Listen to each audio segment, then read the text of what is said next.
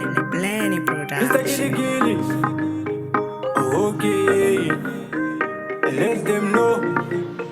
Vakuru vakataura sango rinopa waneta zvikaramba tsvaka zvimwe zviri beta muupenyu kuna munhu wanoketa zvese mwanangu we you can achieve your goal.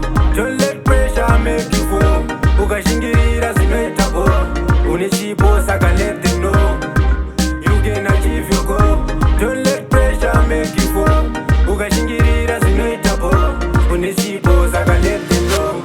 Kana nouya kwabosi ziva zvinhu zvako changamuka serukosi tese toziva kuti gondo hariposi asi haungapikire muriwo mushambakoti saka ziva zvinhu zvaunoda ziva kwaunoenda pamwe nekwaunobva muupenyu varipo kavanhu vanosvota vanokutadzisa kuita zvinhu zvaunoda.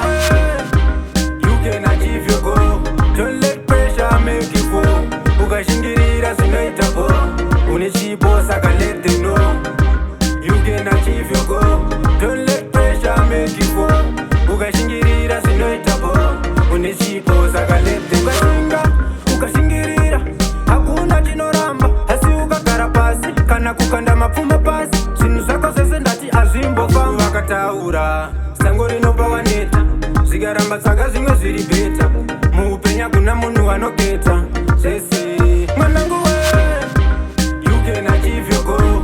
Don't let pressure make you fall. Ukashingirira zvinoita bo une chipo saka let them know you can achieve your goal.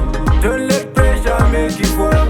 Ukashingirira zvinoita bo une chipo saka let them know. Kana nouya kwabosi ziva zvinhu zvako changamuka serukosi tese toziva kuti gondo hariposi asi haungapikire muriwo mushambakoti saka ziva zvinhu zvaunoda ziva kwaunoenda pamwe nekwaunobva muupenyu varipo kavanhu vanosvota vanokutadzisa kuita zvinhu zvaunoda. You can achieve your goal. Don't let pressure make you fall. Ukashingirira zvinoita bo une chipo saka let them know you can achieve your goal. Don't let pressure make you fall. Ukashingirira zvinoita bo une chipo saka let them know. Ukashingirira hakuna chinoramba asi ukagara pasi kana kukanda mapfumo pasi zvinhu zvako zvese ndati hazvimbofamba. Vakataura sango rinopa waneta zvikaramba tsvaka zvimwe zviri beta muupenyu kuna munhu wanoketa zvese mwanangu we you can achieve your goal. Don't let pressure make you fall. Ukashingirira zvinoita bo une chipo saka let them know you can achieve your goal. Don't let pressure make you fall. Ukashingirira zvinoita bo une chipo saka let